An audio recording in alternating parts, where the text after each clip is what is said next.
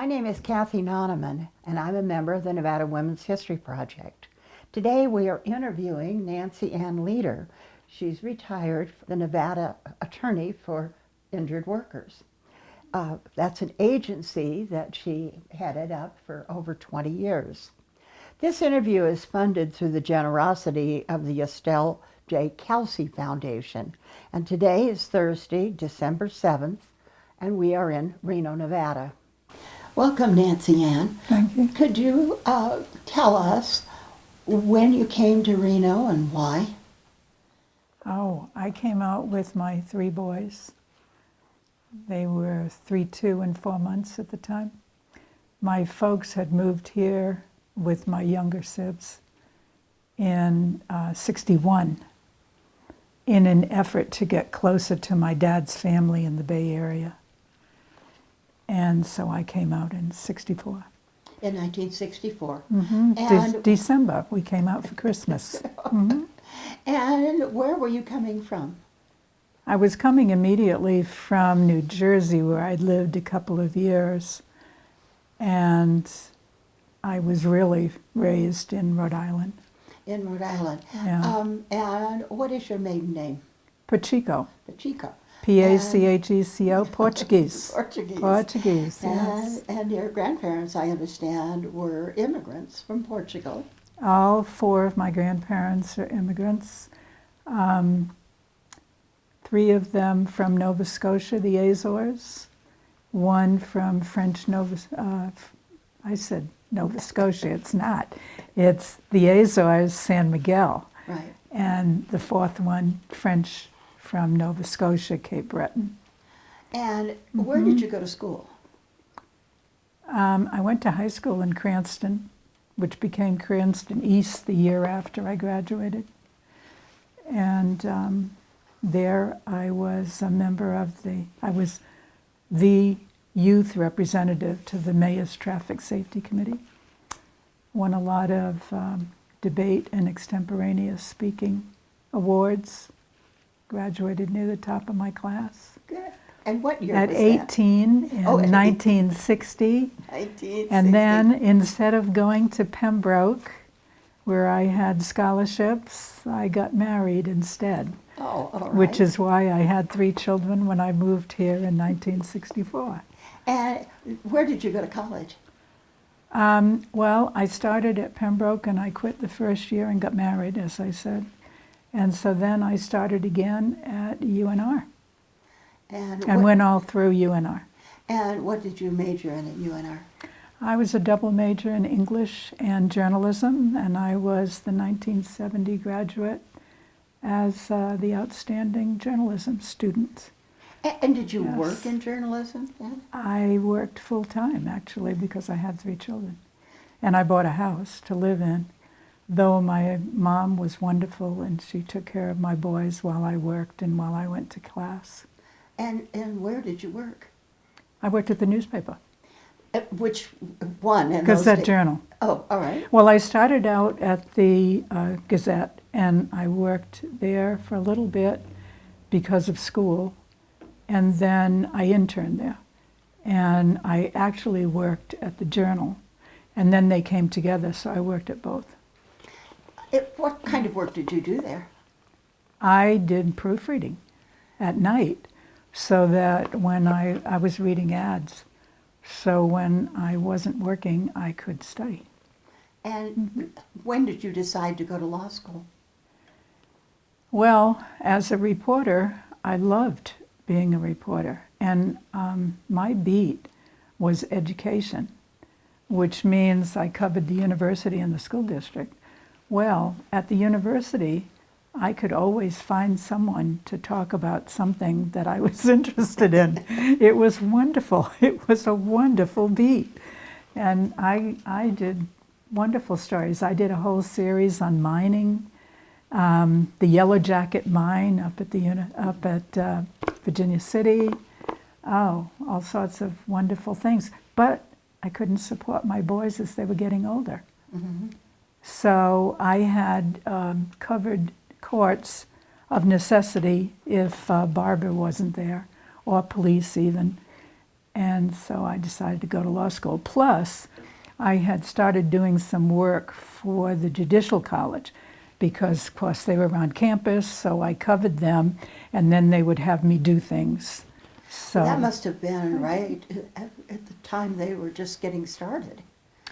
I went to law school 72, because of the beginning of the year, to 76. And where did you go? Southern Illinois, because I had met these judges at the Judicial College, and I got this job through the judges. So I was a stringer for UPI while I was there, and I also edited a newsletter for volunteers that came out of the Illinois governor's office. So you But I went downstate. I got accepted at U of I and Southern, and I got a horrible schedule for law school classes at the U of I. They wanted me to go to school 6 days, discontinuous, so that I couldn't work. Well, I had to work. I had 3 boys. And were your boys with you? Oh, yes, yeah. And so I went to Southern, where I had to go to school some mornings and Monday through Friday. And you worked through law school I as a did. reporter? Well, I was a stringer. And what does that mean? What Oh, is a that stringer? means that you find a story and you write about it. One time and then they pay you if they print it. So I saw this big flare one night, and so packed everybody in the car and drove off. And it turned out to be many, many miles away from where I was, because I was going to school in Carbondale. And this flare was just south of St. Louis, and it happened to be on the main trunk line of gas coming out of Texas going up to Chicago, and it burnt up all these places. Well, I was the only reporter there for a while, so I took pictures and wrote a story. That was pretty good. And while I was in law school, I also made money because I was the chancellor of moot court, but which didn't pay, but I worked for the clinic. So and then in Illinois, you had this 7-Eleven situation, so that a senior law student could represent prisoners, as it was. So I was in all the prisoners, including the mental prison. And let me tell you, prison is noisy and smelly and dirty, and it's not any place that anyone would want to do. So then I became interested in prison reform. And all this time you were working and going to law school. Mm-hmm. You were a single mom? It worked out that way. Okay. That's very remarkable. No. Something. No. Women do what they need to do. That's your philosophy. Yep. Yep. So how long did you stay in Illinois or did you stay there after you finished law school? I didn't. I left the same week I graduated. And where did you go? Oh, I came home. I had only rented my house. So you came I back was to good. Reno. I came back to Reno. I went to work for the Judicial College. I edited textbooks there. So your job at Judicial College was as a textbook editor. Yeah, so I was combining both interests, and then I started clerking for Honorable Grant Bowen down at Second Judicial, and he was absolutely wonderful, extremely bright, and discussed everything with me. It was wonderful, a wonderful experience. Yeah, and I said that I get interested in prison reform. I actually put together a lot of stuff, and suggested to the legislature that they change some of Nevada's laws. And so I discussed that with Sue Wagner, and was Sue Wagner and that worked. In the legislature at that time? Yes, she was. Okay. Yes, she was. And what because if you look at prison reform as an economic issue, that's a way to get it done, and it works. That's the thing. And I happen to have met, through law school and the judges that I knew there, a lot of people who were active in that area. And Yeah. what kind of changes were you able to get them to make?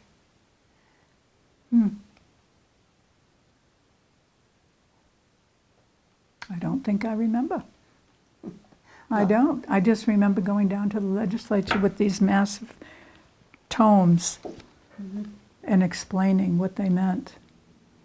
And were you involved then in? I think we set up ways of alternatives to prison. So alternative sentencing. Yeah. And how long did you work for the Judicial College? I only did it for maybe a year and a half, because then I went to Judge Bowen's, and I was interested in trial work at that point. And how long were you with Judge Bowen? That's a year at a time, And being a law clerk. And where did you go after that? I went to the city attorney, so I did criminal prosecutions at the misdemeanor level. And was that under Patricia Lynch? No, it was under Bob Van Wagner. Oh, before Patricia Lynch. Oh, yeah. Yeah. In fact, Patricia and I started the same week. Oh, And the policeman used to confuse us because we had the same glasses and we both had brown hair and we were about the same height. Oh, yeah, we've been great friends ever since. what kind of cases then did you do for the city attorney? Well, all sorts of anything. Both criminal and civil? The civil division had already started, but I had the traffic department as one of my agencies. So it wasn't completely separated the way it is now. So I did criminal trial work, but I did handle traffic at that time. And so that's where you got your first trial experience. Yep, that's it. And then after that, I went to work for Fred Pinkerton. And so there, I did regular trials. Yeah, I remember my first jury trial was out in Elko. Yes. And what was that? I was representing Cactus Pete's, and someone was suing them for injuries. Yes. And it was very fun. It was very fun. And did you win? I did. Oh, well, that's what made it fun. And, I did. So was that your first experience with injured workers? No, and he wasn't a worker. Oh, okay. No, he was just a person that was there, a gambler. Yeah, and then after that, I went fishing. Oh. Fishing at Wild Horse. That was great. Do you enjoy fishing? I do. I really do. Do you still fish? I do. I do. And what I kind still of fish. fishing? I fish for trout and wild horse and South Fork. Those are my favorites. Though I like going up to the Hoover Wilderness, but then I have to get a California license, and the prices keep going up and up and up on that. Yeah, but I used to do that all the time, and then just keep on fishing and keep on staying as long as you can and just eat fish. And how long did you work in private practice for Fred Pinkerton?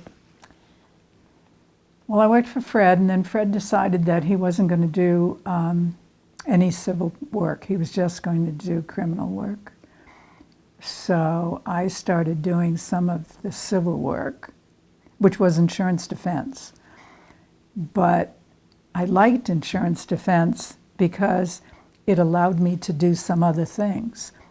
For instance, I was local counsel for the first abortion case here, which was against requiring spousal consent for a woman to have an abortion. And what year was that? Especially since usually the guy had just raped her, and that was the reason she was pregnant. What year was that abortion Oh, gee, case? early 80s. Okay. I mean, because I was an attorney already, but yeah. But the reason that I got into that was because I'd been on the state ACLU board from the time that I was a newspaper reporter. And then I went away and then I came back. So I went back on the board. I was litigation director for a while. And so when this came up in Nevada, the National Reproductive Rights Division of ACLU wanted to go forward with this case challenge. And of course, we were a prime state because we have so many women here who have had bad experiences with the men in their life. And so they needed a local counsel, and that became me. And how did that abortion case work out? What happened after that? Well, we didn't need spousal consent anymore. Okay. And and that was changed by the court? I do not remember whether it was a settlement or it was a decision, and I don't remember at what level. I was going to look it up, and I didn't get a chance to before this interview. And you were involved in many women's issues over the Many years. Many. Would you like to tell us some of those and your involvement? Yeah. Well, one thing was when I started working for it became Nevada Attorney for Injured Workers, but it had initially been State Industrial Claimants Attorney. I went down as the assistant in charge of, the state assistant in charge of the Las Vegas office. And so while I was there, I became part of Safe Nest, which is the domestic violence group down there, the resource.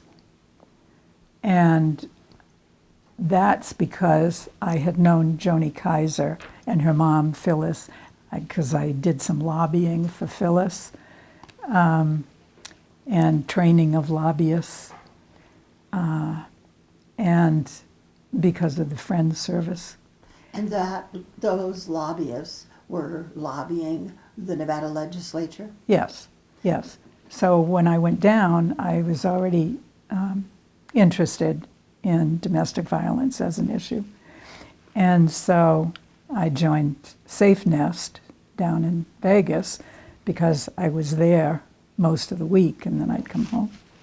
And so while I was there, I was on their board from, I think, 95 to 2000. Nancyann, how long were you in Las Vegas? I went down in 87 in summer. So I started work July 1st for the state, but I actually went down a little bit before that and found a place to settle. So anyway, a few months after that, because when you first start a new job, you're doing 12 hours.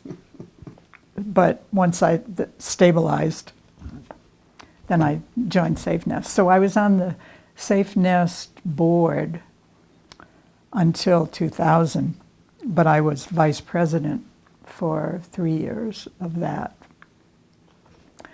and had a very interesting time. Very interesting time. We did some good things. We had all sorts of things going on. Then I came back home when Governor Miller named me by that time it was Nevada Attorney for Injured. No, it wasn't. It was still State Industrial Claimants Attorney in January of '89 because Governor Bryan and I had been talking about taking over, and then he went on to Senate, and so Governor Miller named me. So I was named by Governor Miller a couple of times, maybe 3 times, and then by Governor Gwynn, and I think that was twice. But anyway, that's how it ended up, because it's a 4-year term, but then there was some extra time in there. And you That's why I were was in there. charge of that agency. I was. But by the time I left, I think I had a staff of 34. And I did cases myself in both jurisdictions. In Las Vegas and Las Vegas, yeah. So I Reno. flew back and forth regularly Right. because it's just important to make sure that everything's being handled appropriately, I think, when you're an attorney. And actually, I just took a CLE, continuing legal education for my keeping my accreditation, my license to practice law. And it said that the managing attorney has to really make sure that their entire staff follows the requirements of the ethics rules. Yes, well, I took that to heart. Yeah, I I'm did sure you that. did. So we had quite a great caseload. When did you retire? I retired in 2009, but let me go back to the question you asked, which was what kinds of things have I done in women's rights? So I interrupted and I said first, well, I was very active. I was active in the ERA issue statewide. I was on the statewide group. I was very active in the abortion question, where we got the initiative passed. I was on the statewide steering committee, along with Mylan Hawkins et al. And I already mentioned the domestic violence.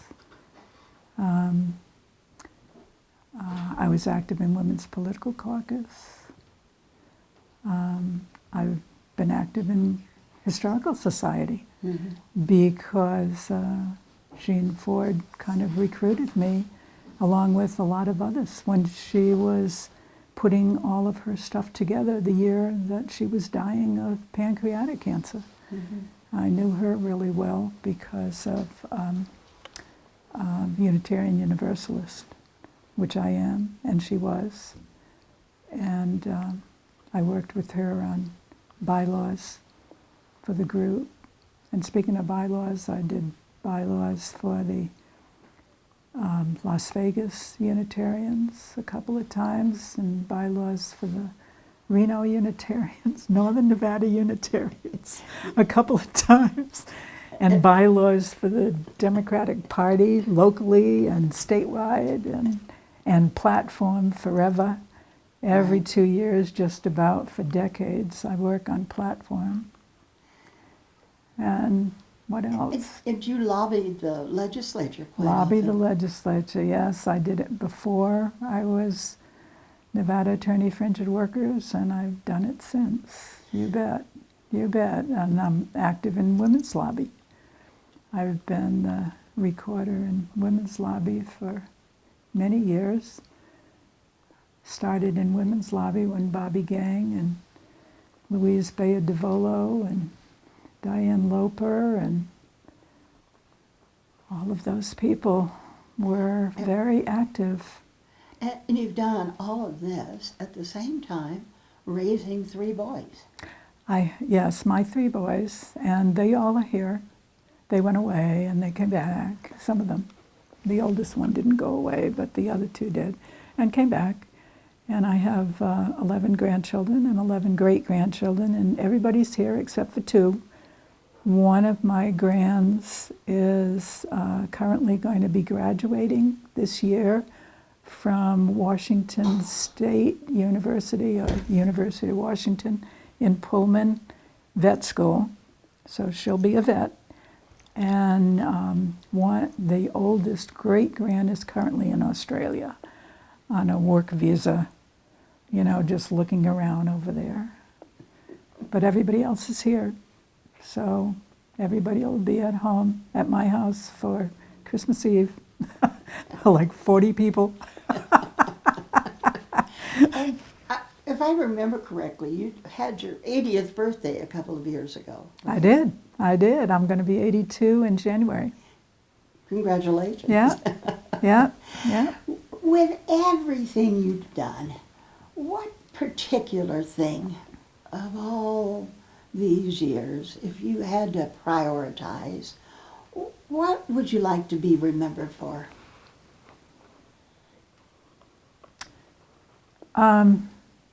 I still get fired up at the idea that women should not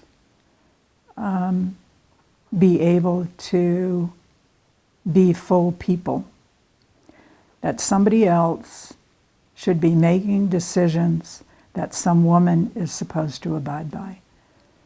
I get extremely angry about that, extremely angry, because we should have our autonomy. We're people. And just because men are bigger doesn't mean they should be able to control a woman. And you've worked with that philosophy. Yes. And for all of your life. All of my life. And where do you think that comes from? How did that develop? I'm sure it's my folks. But, all of both sides of my family have longevity.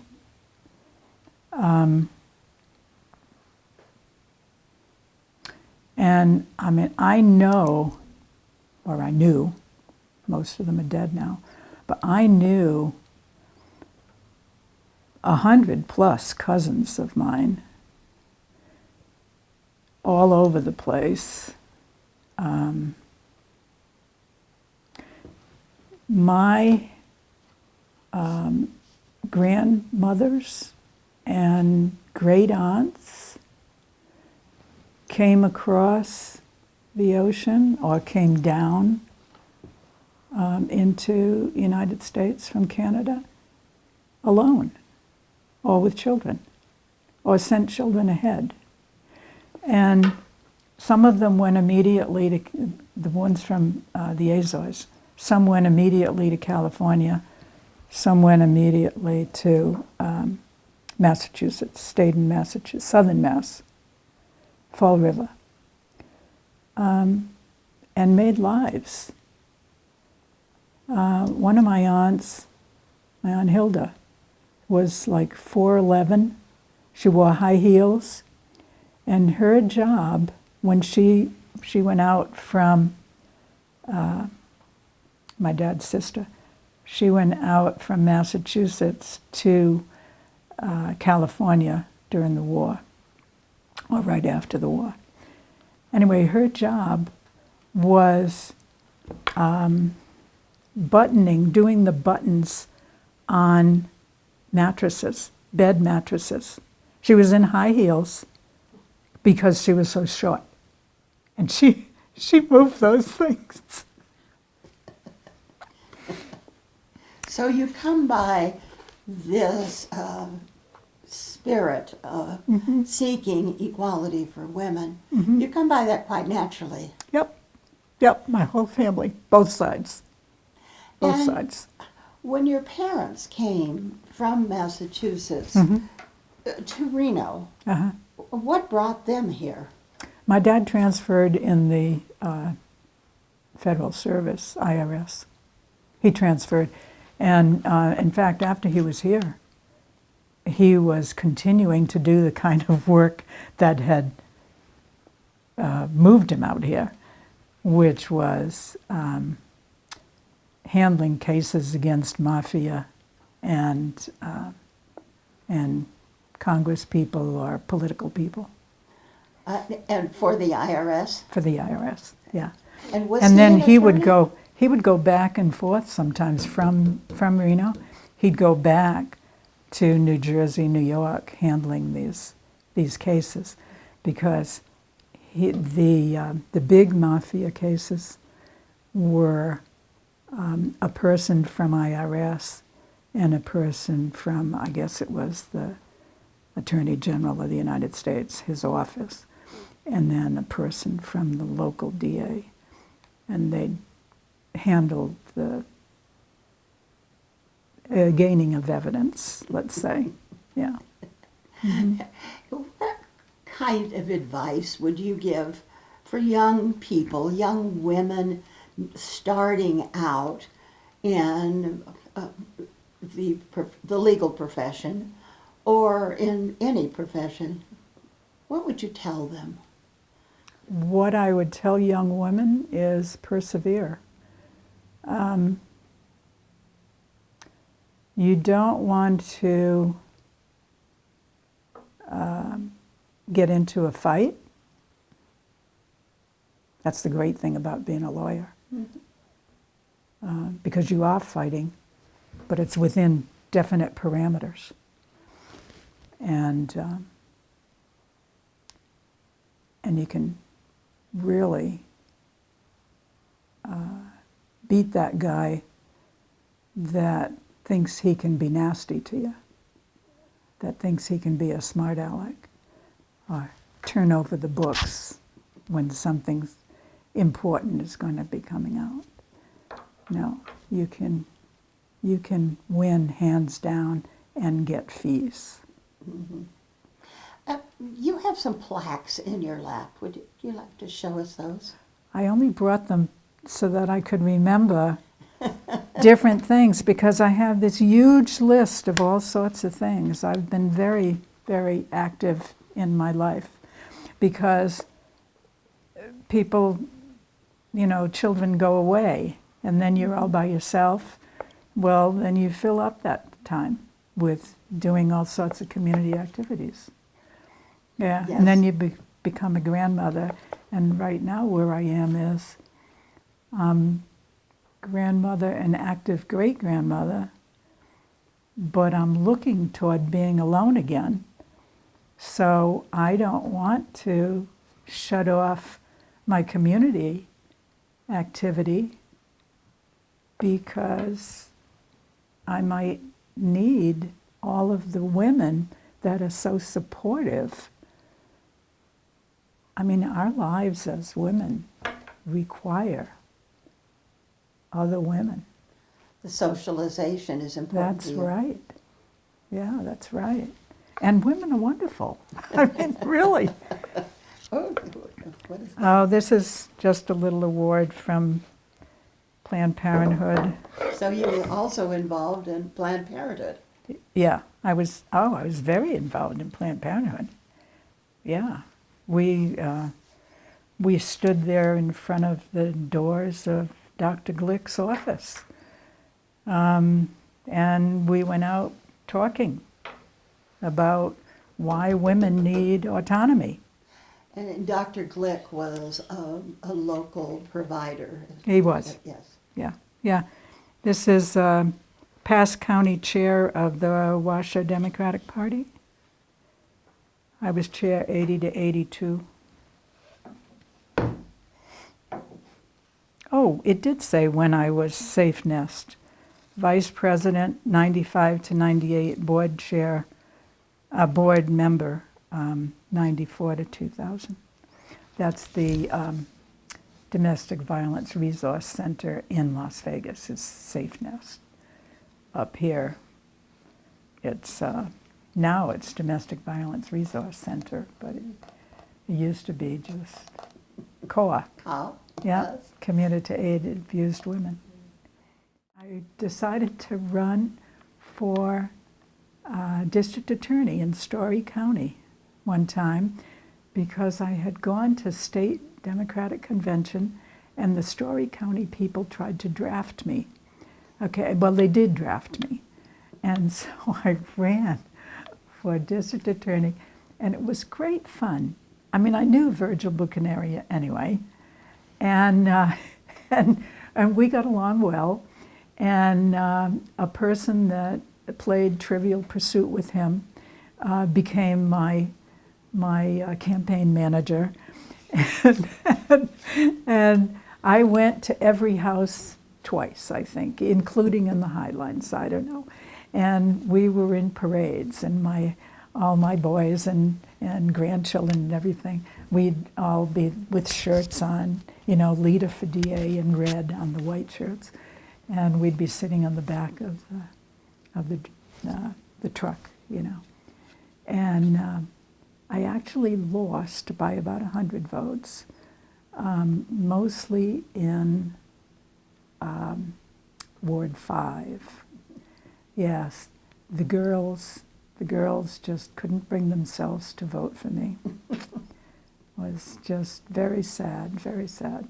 And what year was that? Fun. 86. 86. So I saw that on my little list here. Yeah.